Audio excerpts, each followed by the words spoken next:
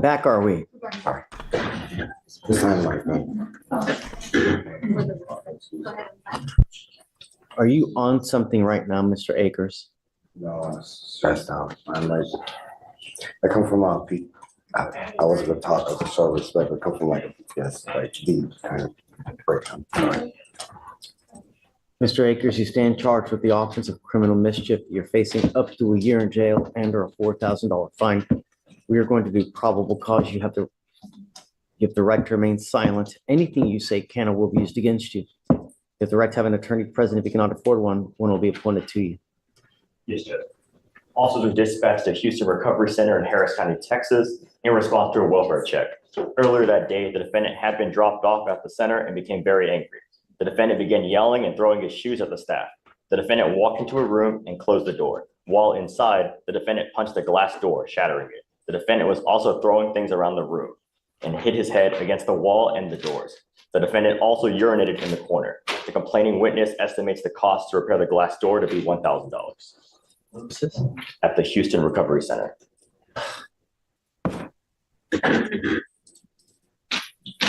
I would imagine that he's just not welcome back there. Have you? I spoke with the recovery center. They said that he's now on a no admission list. Right. Mr. Akers, I'm going to find that there's probable cause to go forward with you because I'm sending you now for a drug test.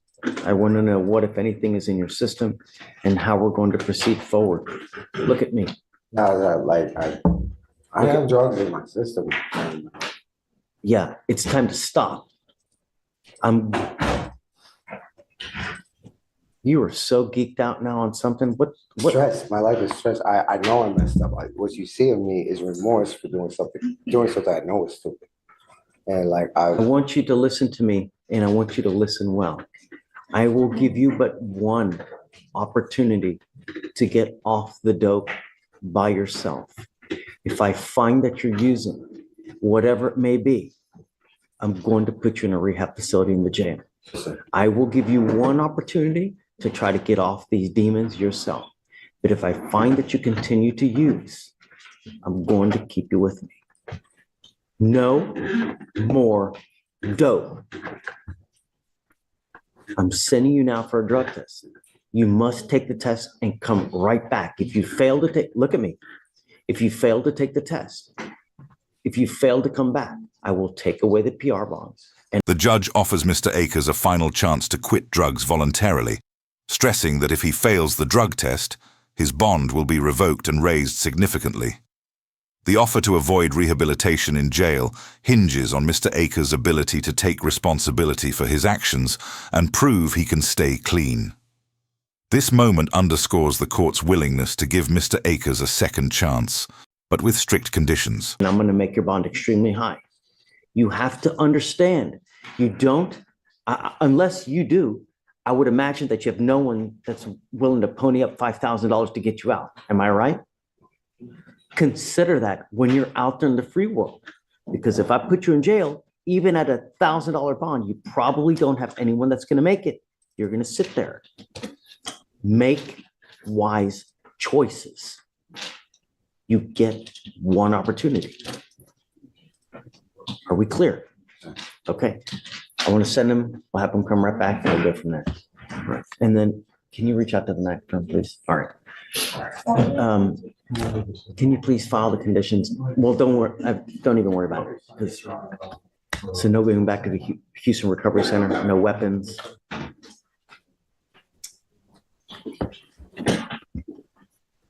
Page 5.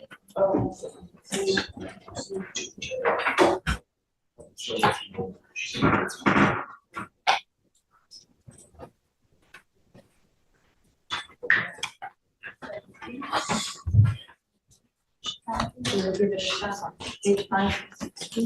David, Justin, page 11. Okay.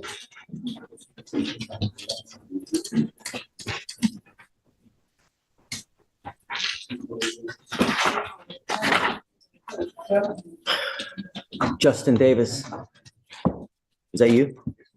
Mr. Davis, you're charged with indecent exposure. You're facing up to 6 months in jail and or a $2,000 fine. We're going to do probable cause. You have the right to remain silent. Anything you say can or will be used against you. You have the right to have an attorney present. If you cannot afford one, one will be appointed to you, sir. The complainant was jogging at White Oak Bayou Park in Harris County, Texas, and the complainant observed the defendant naked and masturbating next to a pool located inside Stewart Park. The complainant could see the defendant's penis, which was an open view of anyone walking on the trail. The officers arrived and observed the defendant sitting near the pool without pants and underwear and continuing to masturbate.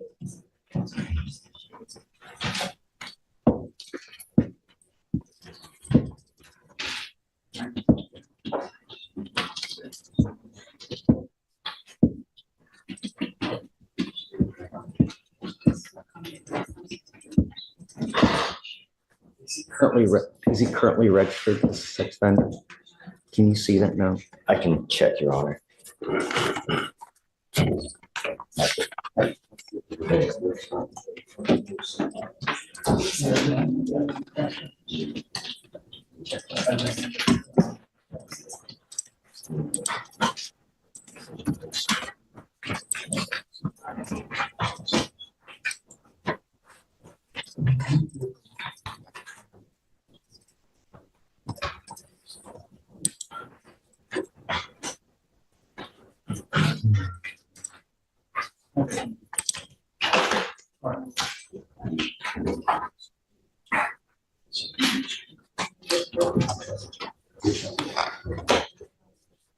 Your Honor, we can't find the information at this time. We'd have to make a call to the officer to find that he is registered, but at this time, we don't have that information. Prior felony failures to register, you know? So what kind of conditions would you think? Michael? Judge, I don't know the status of the housing of the defendant, but at this time, the state would ask for staying away from public places where children will go, like parks where the defendant was, staying away from schools, parks, public places, anywhere where children may go, is what I would ask. How old are you, Mr. Davis? You're 41. What do you do for a living? So where do you live? I live in a tent, my dog, You live in the where? in a tent. He's homeless and lives in a tent. I know, Judge. And the problem is that this is not our first indecent exposure. This is not our first failure to register. So I'm going to appoint your lawyer today and I'm going to see where we're going because I don't know what conditions we can put to protect the public from you. And the issue, Judge, is the underlying registered case is an indecency of a child from 2004. And that's why I'm harping on you staying away from children. Okay. So we're going to have to do a deep dive on this. So Yes, Judge. I'm going to have you sign a receipt with Victoria and then I'm going to take you a seat in the jury box. Don't go anywhere, Mr. Davis, please. May I approach that? Yeah, of course. Hey, We're here. I just wanted to talk to my client about some bond violations. what is your client's name? Fleischer.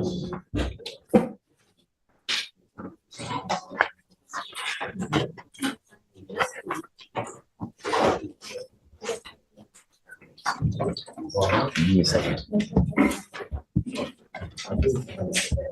Deputy Anderson, I might need you. Mr. Shirez, come up.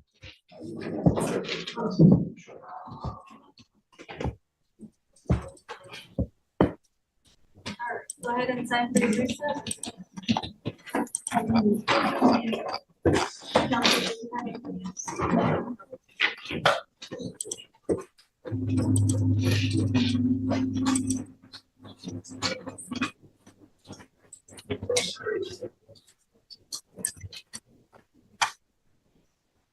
We were in here the other day and you were acting like it's all little bunnies jumping in the woods, all happy-go-lucky, knowing full well that you had a ton of bond violations. You were to have a curfew from 10 p.m. to 6 a.m. You have 1, 2, 3, 4, 5, 6. At 4:30 in the morning, 7, 8, 9, 10, 11, 12, 13 different violations where you were going out in the middle of the night. Guess what happens? Or do you have any response? Mr. Shiz faces bond violations and curfew breaches with numerous infractions logged. Despite speaking with family and recommending therapy, the judge is frustrated by Mr. Shiz's disregard for his bond conditions, leading to a hefty increase in his bond. The court is pushing for accountability and a serious commitment to changing behavior, warning that more leniency is no longer possible. Your Honor, I've spoken to the family. I've spoken to Mr. Chavez. I recommended that he get started with some therapy, Yeah, I'm going to help you get started with that therapy right now. Guess what happens? Guess. He goes with you. Yeah, we'll get started real quick. We'll talk, I don't know, he'll pop up in tomorrow's docket. We can talk again, but he's out at 4:30 in the morning, 1 in the morning. It's unacceptable. Doesn't get it. So, his bond's $100 now. I'll make it a 5,001. If they have issues making it, just let me know. We can talk. But I mean, I can't just let him go, Yeah, okay, thanks. Thank you. He is, top of page 8.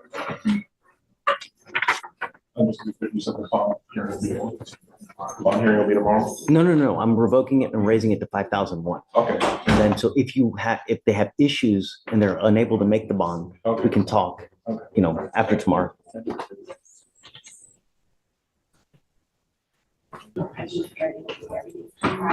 Page 29. See, strong. Come on up.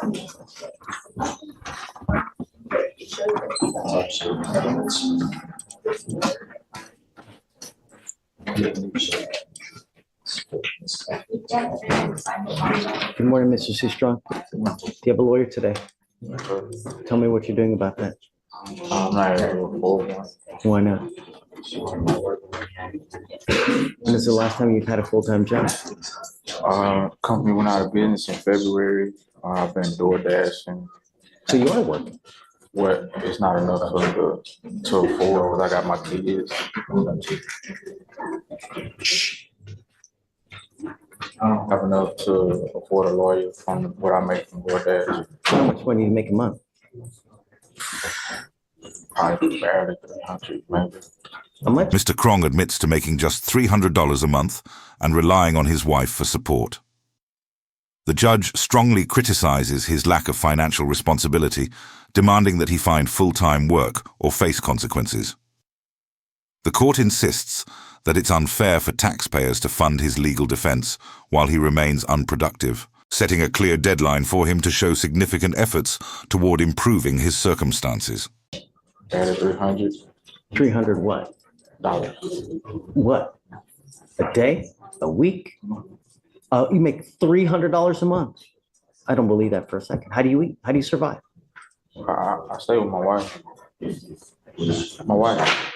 So your wife works. Yes. What does your wife do? She does assistant at an apartment facility.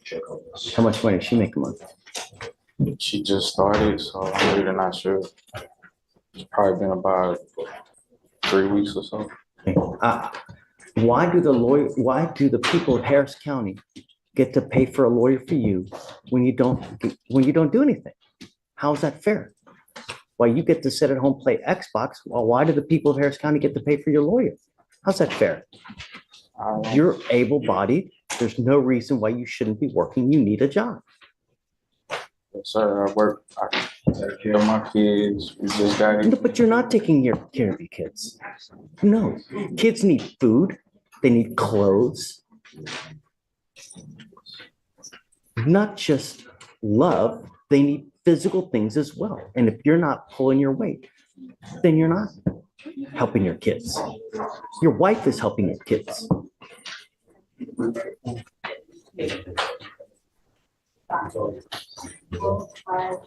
What conditions did we put on Mr. Seastrunk, please?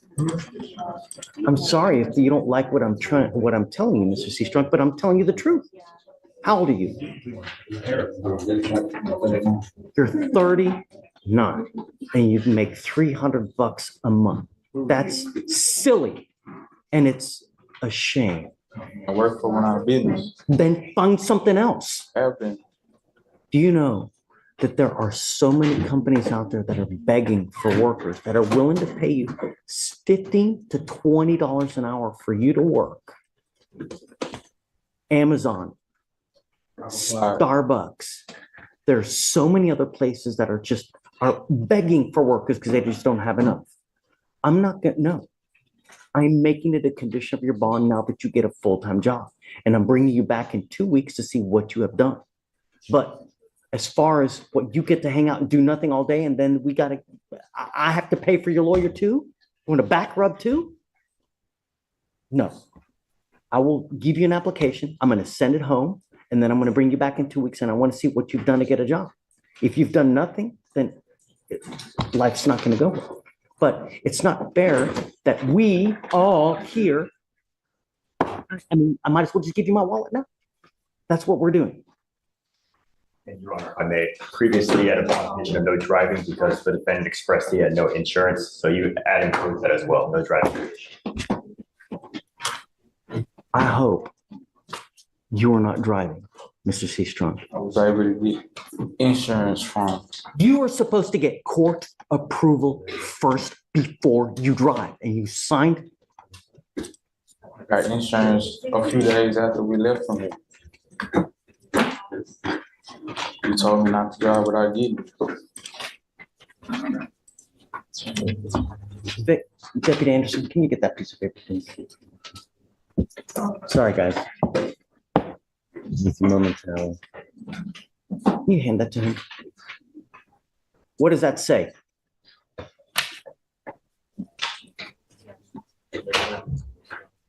No driving without insurance approval. Man, don't play Helen Keller. No driving without valid liability insurance and court approval. Do you want to go to jail? Don't drive. All I'm asking you to do is follow the law, Mr. Seastrong. I don't give out lawyers like it's candy on Halloween, and I expect you to pull your weight. And I don't care if you don't like what I'm telling you, but sometimes in life, someone needs to put you over their knee and tell you this is how things need to go.